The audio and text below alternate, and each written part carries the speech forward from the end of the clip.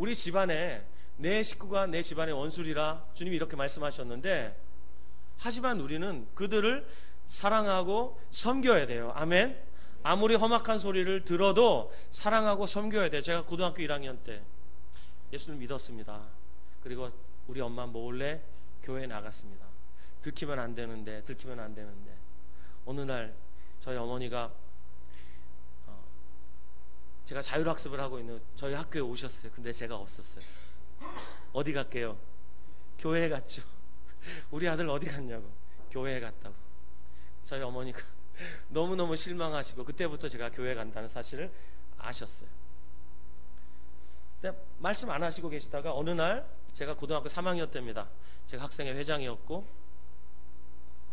헌신 예배를 정말 눈물로 드리고 집으로 돌아왔는데 저희 어머니가 현관에 서 계셨어요. 그리고 현관에 들어가는 저의 뺨을 사정없이 갈기셨어요. 저는 영문도 모른 채 맞았죠. 알고 보니까 저희 어머니가 다 알고 계셨던 거예요. 참다가 저를 어머니가 분을 못 이겨서 저를 막 때리셨어요. 다 맞았습니다. 반항하지 않았습니다. 그동안 오랫동안 기도했습니다. 여러분, 제가 만약에 내 집안 식구가 내 원수리라 라는 예수님 말씀을 잘못 해석해서 우리 엄마는 내 원수야, 우리 엄마는 마귀야, 이렇게 했으면 저희 어머니는요 절대로 구원받을 수 없었어요. 네, 시간이 지나고 때가 차서 저희 어머니가 제 설교를 듣게 하셨고 제가 천국과 지옥 설교를 아주 실감나게 했더니 저희 어머니가 정말 두려움에 가득 겁에 질려서 지옥은 가면 안 되겠구나, 그럼 어떻게 하지? 영접기도 따라 하시고, 저희 어머니가 영접기도를 따라한 게 그냥 립서비스를 한 게 아니라 진실로 예수님을 주님으로 영접했구나 라는 것을 알았어요. 어떻게 알았냐? 집안 대대로 하던 제사를 저희 어머니가 없애버렸거든요. 지금은 제사 없습니다. 돈도 안 들고 얼마나 마음도 편하고 좋은지 말도 못해요. 여러분, 저와 여러분이 다니고 있는 직장, 거기에 여러분을 핍박하고 그리스도인이란 이름으로 핍박하는 사람들이 혹 있을지 몰라요. 하지만 그분들은 우리가 싸워야 할 대상이 아니에요. 어느 집사님이 직장을 옮기고 싶어서 오랫동안 기도하다가 주님의 책망을 들었어요. 주님이 이렇게 말씀하시더라는 거예요. 너는 직장에서 역사하는 악한 영을 대적하지는 않고 왜 직장 상사만 비난하냐, 왜 맨날 직장을 옮기려고만 하느냐라고 주님이 막 책망하시더래요.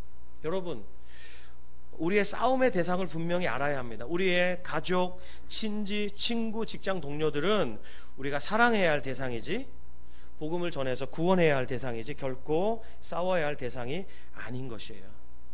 우리의 씨름의 대상은 정사와 권세와 이 어둠의 세상 주관자들과 하늘에 있는 악의 영들입니다. 그러면 이 정사라고 번역된 단어 그리스어 아르케는 무슨 뜻일까요? 통치자를 말해요. 통치자 중에 사단이 꽉 잡고 있는 통치자가 있을 수 있죠. 우린 역사 속에서 히틀러나 아주 잔악한 그 아프리카의 이디아민이나 이런 통치자들의 역사들을 기억합니다. 대학살을 자행하고 아무렇지도 않게 그냥 살다 죽죠. 이런 통치자들이 있습니다. 권세라고 번역된 헬라어 엑수시아는 말 그대로 권세, 권력, 권력자를 의미하죠. 여러분, 세상의 권력자들, 통치자들 중에는 사단의 하수인과 같은 사람들이 있습니다. 그런 사람이 있다는 것을 우리는 역사를 통해 알았고 지금도 곳곳에서 그런 통치자들이 있다는 것을 보게 됩니다. 두 번째, 세상의 주관자들은 이들은 하나님의 아들 예수 그리스도의 십자가의 승리로 인해서 이미 지배력과 통치권을 다 잃어버렸지만 여전히 이 세상에서 지배력을 행사하는 권세들을 말해요. 또 하늘에 있는 악의 영들이라고 말하죠. 이 영들은 사탄이 부리는 영들을 말하죠. 사탄의 하수인들을 말하는 거예요. 그러니까 이들이 우리의 씨름의 대상이에요. 우리가 싸워야 할 대상은 바로 이들이에요.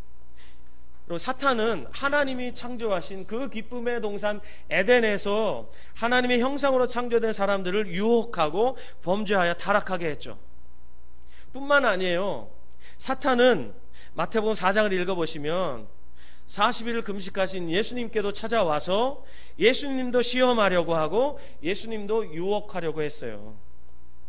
하물며 저와 여러분이겠습니까? 예수님도 유혹하려고 했고 예수님도 시험하려고 했습니다. 하물며 저와 여러분이겠습니까? 예수님의 제자 중에 가룟 유다를 여러분이 아실 거예요. 가룟 유다를 어떻게 타락시켰냐? 예수님 팔 생각을 넣었다 그랬어요. 그의 생각 속에 예수님을 팔아야 한다라는 생각을 넣었고, 가룟 유다가 이 생각을 받아들이자 나중에는 어떻게 됐냐? 누가복음 22장 3절 보면 12 중에 하나인 가룟신이라 부르는 유다에게 사탄이 들어가니 이렇게 말하고 있어요. 생각을 받아들이고 그 생각을 마음속에 새겨버리니까 어떻게 되는 거예요? 사단이 그 마음속으로 쑥 들어가 버렸다. 사단이 완전히 점령해버렸다. 이렇게 가룟 유다가 멸망당했습니다. 여러분, 예수님의 제자들, 예수님과 함께 다녔던 그 12 제자들 중에도 사단의 생각을 받아들이고 그 마음을 온통 지배당하니까 결국은 멸망하더라 이 말입니다. 책임이 누구에게 있습니까? 예수님에게 있습니까? 아니면 가룟 유다에게 있습니까? 유다에게 있는 것이죠. 예수를 믿는 자들도 이러할진데 예수 믿지 않는 자들의 마음은 얼마나 더 처참할까요? 고린도후서 4장 4절 보면 그 중에 이 세상 신이 믿지 않는 자들의 마음을 혼미하게 한다 그랬습니다. 왜 사람들이 안 믿죠? 믿지 않는 자들의 마음을 혼미하게 해요. 여러분, 혼미하다는 게 뭐예요? 클리어하지 않다는 거죠. 뭔가 명확하지 않다는 거죠. 왜 그럴까요? 그 다음 절에 그리스도의 영광에 복음의 광채가 비치지 못하게 하미니. 여러분, 광채가 비치지 못하면 그 부분은 어두움이죠. 왜 사람들이 빛 가운데로 나오지 못할까요? 어둠 가운데 있기 때문이에요. 왜 어둠이 생기죠? 이 세상의 신이라고는 사탄이요, 꽉 누르고 있기 때문이에요. 가리고 있기 때문이에요. 사람들의 마음을 이렇게 혼미하게 만들고 있는 거예요. 그러니까 믿고 싶어도 믿을 수 없게 만드는 이 사단의 힘이 있다는 것을 우리가 알아야 합니다. 또 사탄은요, 사람들의 마음에서 말씀을 빼앗아가요. 마태복음 13장에 보면 아무나 천국 말씀을 듣고 깨닫지 못할 때는 악한 자가 와서 그 마음에 뿌려진 것을 깨닫는다 그래요. 오늘 제가 여러분에게 설교하지만 여러분이 깨닫지 못하잖아요. 마음에 심겨진 하나님의 말씀이 깨달을 때 우리는 30배, 60배, 100배로 열매 맺을 수 있는데 깨닫지 못하잖아요. 그러면 마귀가 와서 뿌려진 씨앗을요 뺏어간다는 거예요. 또 사탄은 올무를 놓습니다. 디모데후서 2장 24절 26절을 보면 주의 종은 마땅히 다투지 아니하고 모든 사람에 대하여 온유하며 가르치기를 잘하며 참으며 거역하는 자를 온유함으로 훈계할지니 혹 하나님이 그들에게 회개함을 주사 진리를 알게 하실까 하며 그들로 깨어 마귀의 올무에서 벗어나 하나님께 사로잡힌 바 되어 그 뜻을 따르게 하실까 함이라. 여러분, 올무 아세요? 올무? 올무? 짐승을 잡을 때 올무를 놓죠. 이 올무에 딱 걸리잖아요. 그리고 힘을 쓰면 쓸수록 어떻게 해요? 올무는 더 단단히 조이죠. 더 단단히 조입니다. 이게 올무예요. 깨어있지 않으면 이 올무에 걸린다는 겁니다. 이 사탄은 올무를 놓아서 믿지 않는 사람들을 계속해서 옥죄고 있는 거예요. 또 사탄은 먹잇감을 찾아다니는 우는 사자처럼 오늘도 두루다니며 삼킬자를 찾습니다.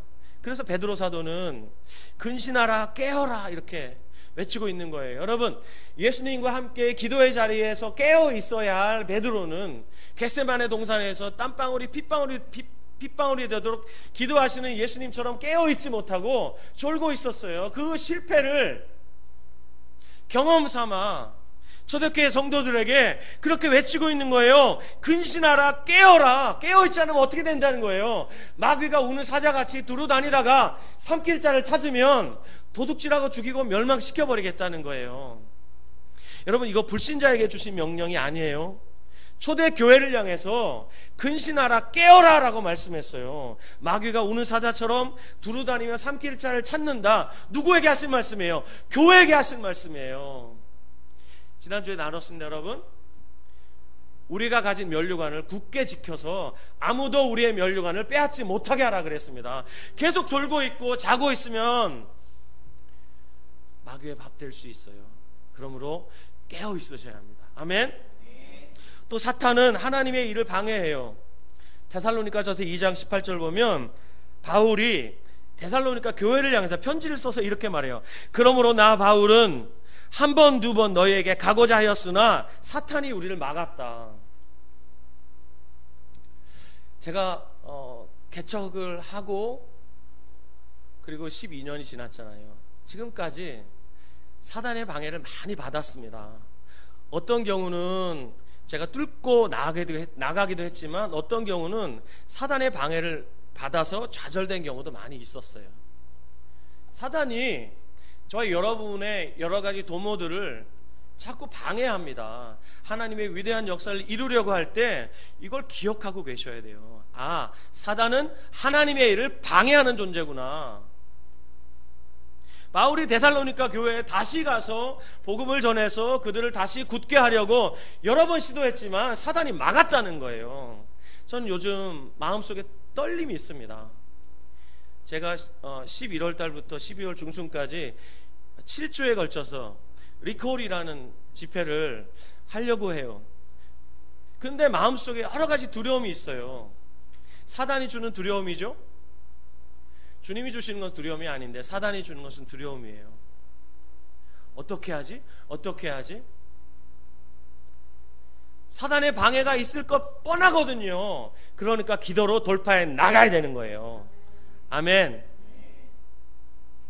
사단은 하나님의 일을 방해합니다. 우리 교회가 정말 교회답게 세워지는 것을 누가 제일 싫어하겠습니까? 사탄이 제일 싫어하죠. 그러니까 방해한단 말입니다. 그러니까 여러분, 우리가 기도해야 합니다. 교회가 교회되는 거 절대로 우리 좋아요. 아, 우리 교회는 너무 사랑이 많은 교회예요. 우리 교회는 이렇게 가지고 되는 게 아니라 기도로 사단의 방해를 뚫어내야 되는 거예요. 그래서 우리가 일주일에 한 2번 정도 모이잖아요. 주일에는 함께 모여 예배하고, 금요 모임은 정말 힘을 다해 기도하는 거예요. 금요 모임에 여러분 초대합니다. 오십시오. 오셔서 같이 기도할 수 있으면 좋겠습니다. 여러분의 가정, 여러분의 자녀, 여러분이 손대는 모든 것들 일터에서 정말 사단이 방해합니다. 그걸 감지하셨으면 오셔서 함께 기도하자고요. 아멘. 그러니까 아멘이 슬프죠? 또 사탄은 하나님의 종들을 체질해요. 지난주에 나눴던 것처럼 예수님에게 제자들을 요구했어요. 하려고 너희를 소나기에 넣기를 요구했다. 예수님께 요구한 거예요. 당돌하게도. 당돌한 놈입니다. 또 다른 가지를 심죠. 예수님 말씀하셔서 대답하여 이르시되 좋은 씨를 뿌리는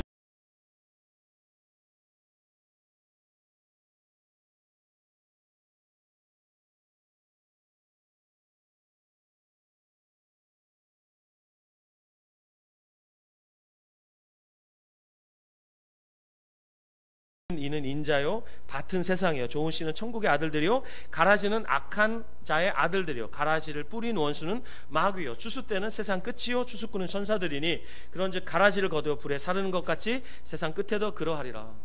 이 교회 안에 가라지들이 있습니다. 부인하고 싶지만 부인하고 싶지 않은 게 바로 이 말씀이에요. 교회 안에 가라지들이 있어요. 주님께서 왜 그러면 가라지를 솎아내지 않냐. 제가 어릴 때 모를 심잖아요. 그리고 심었으니까 추수 때 그냥 거두면 되지. 절대로 그렇지 않습니다. 모를 심고 나면 자주 가서 피를 뽑아야 됩니다. 저는 저희 아버지가 어릴 때 야, 피 뽑으러 가자 그럴 때 되게 무서웠습니다. 피 뽑는다는 게 뭐냐면 이 가라지가 있어요. 벼하고 비슷하게 생겼어요. 근데 벼보다 더 높은 키로 자라요. 그래서 벼가 흡수해야 될 양분을 이 피가 다 뽑아 먹어요. 가라지죠. 그래서 아버지가 가라지 뽑자 그래서 논에 가서 가라지를 뽑았던 기억들이 있습니다. 근데 주님께서 교회에서는 가라지를 그냥 두라고 말씀하세요. 왜냐? 가라지 뽑으면 하나님의 자녀들도 함께 뽑혀 나갈까 봐. 잘못 뽑을 수 있잖아요, 우리가. 하지만 세상 끝에서 주님께서 가라지를 거두어서 불에다 던져버리시겠다고 말씀하셨어요. 이 가라지 누가 심죠? 사탄이 심는 거예요. 왜요? 교회가 성장하고 성숙해야 되는데 이 가라지들이 들어와가지고 교회를 쑥대밭 만드는 거예요. 그러면 교회가 한바탕 홍역을 치르고 나면 내가 이 교회를 왜 다녀야 되지? 교회에서 막 실족하고 막 실망하고 교회를 떠나는 사람들이 많이 있는 거예요. 가라지들 때문에. 제가 요즘도 교회를 출석했지만 지금은 교회를 다니지 않는 분들이 많이 있어요. 통계에 의하면 교회에 왔다 간 사람들이 지금 교회에 다니는 사람들 숫자만큼 있대요. 이건 심각한 이야기예요.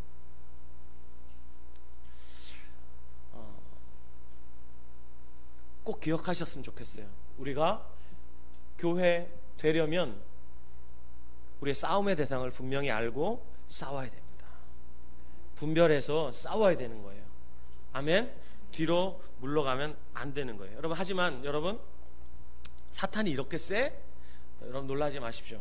아무리 악한 사탄이라 할지라도 사탄은 결코 전제하지 않습니다. 사탄이 모든 걸 아는 게 아니에요.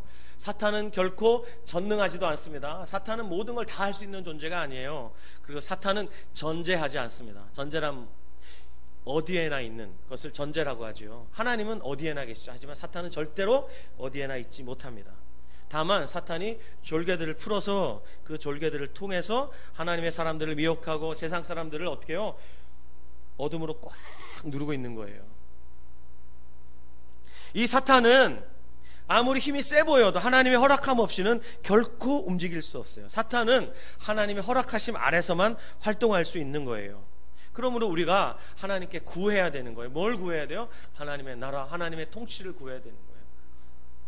그래서 금요 모이면은 할 수만 있으면 하나님의 나라를 구하고 강력한 기도로 하나님의 나라를 우리에게 허락해 달라고 기도의 자리에 나가는 거예요. 육체가 힘들어도 가는 거예요. 가서 기도하면 하나님께서 우리에게 약속하신 하나님의 나라를 주셔서 우리를 통치하시고 우리를 교회 되게 하시는 거예요.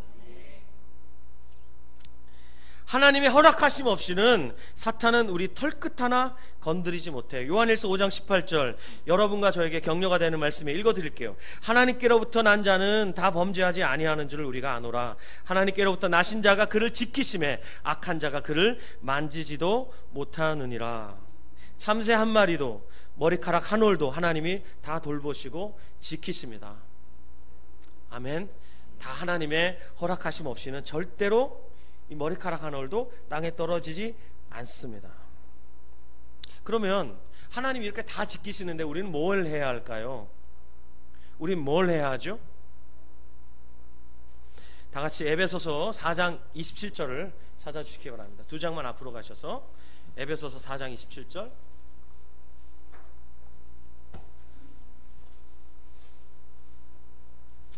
에베소서 4장 27절 같이 읽습니다. 시작. 마귀에게 틈을 주지 말라. 여러분, 제가 예전에 했던 설교의 제목 중에 혹시 기억나십니까? 사탄은 바늘 끝에도 그의 왕국을 세울 수 있다. 현미경으로 바늘 끝을 확대한 사진 혹시 보셨나요? 축구장 넓이만큼 넓어요. 아주 미세한 미생물에게, 눈에 안 보이는 박테리아 같은 아주 작은 벌레들에게 바늘 끝은 축구장처럼 넓어요. 사탄은 바늘 끝에도 그의 왕국을 세울 수 있습니다. 우리의 삶의 영역에, 우리의 마음의 한켠에 사단이 조금이라도 비집고 들어올 틈을 주어서는 안 됩니다. 어떤 여지라도 남겨서는 안 돼요. 여러분, 여지가 무슨 뜻이에요? 남을 여자, 지, 땅 지자예요. 남아있는 땅, 아직 정복하지 못한 땅, 복음으로 정복되지 못한 땅, 하나님의 말씀으로 정복되지 못한 땅, 하나님의 통치가 미치지 못하는 땅이 요만큼이라도 남아있으면 그것이 바늘끝 같은 작은 여지라 할지라도 거기에 사탄은 자신의 왕국을 세울 수 있다는 사실을 우리는 꼭 기억해야 합니다. 혹시 여전히 성장을 거부하고 있는 영역들이 있습니까? 내버려두고 있는 영역들은 없는지요? 거기에 잡초가 어마어마한 길이로, 어마어마한 넓이로 자라날 수 있어요. 믿음의 선한 싸움을 싸워야 하지만 여전히 옛습관 대로 살고 있는 영역은 없는지 이 시간 좀 하나님이 여러분 마음속에 기억나게 해줘요. 바로 그거 바로 그거. 그것 가지고 오늘 주님 앞에 나아갔으면 좋겠어요. 여러분, 1986년 1월 28일에 미국의 챌린저 우주 왕복선이 발사된 지 73초 만에 고체 연료 추진기 이상으로 폭발했죠. 그래서 7명의 대원이 전원 사망했던 사고, 여러분 혹시 기억나시나요? 이 사고의 원인은 놀랍게도, 너무 어처구니 없게도 기체 오른쪽에 있는 SRB의 O링이라고 합니다. O자 모양으로 생긴 작은 고무 패킹이라고 그래요. 이 날씨가 추우니까 얼어버려서 제 기능을 다하지 못했기 때문에 그 큰 우주 왕복선이 폭발해버린 거예요. 이 발사하기 전에 나사와 그리고 이 우주 왕복선의 여러 가지 부품을 설계한 업체들 간에 회의를 했대요. 회의를 하면서 이 기술자가 발사를 취소해달라고, 아니면 발사 일정을 조정해달라고 몇 번이나 요청했대요. 하지만 전부 묵살당했다는 겁니다. 별일 없겠지. 그런데 이 얼어버린 고무 패킹이 제 역할을 감당하지 못한 결과 불꽃이 외부 연료 탱크 아래쪽으로 들어있는 액체 수소 연료로 옮겨 붙으면서 폭발했대요. 여러분, 그 거대하고 어마어마한 돈이 들어간 이 첨단 과학이 다 집결된 우주 왕복선 아닙니까? 이 우주 왕복선은 왜 폭발했냐? 작은 고무 패킹 하나, 이게 작동을 못해서 폭발했다는 거예요. 최악의 결과가 나타난 것이죠.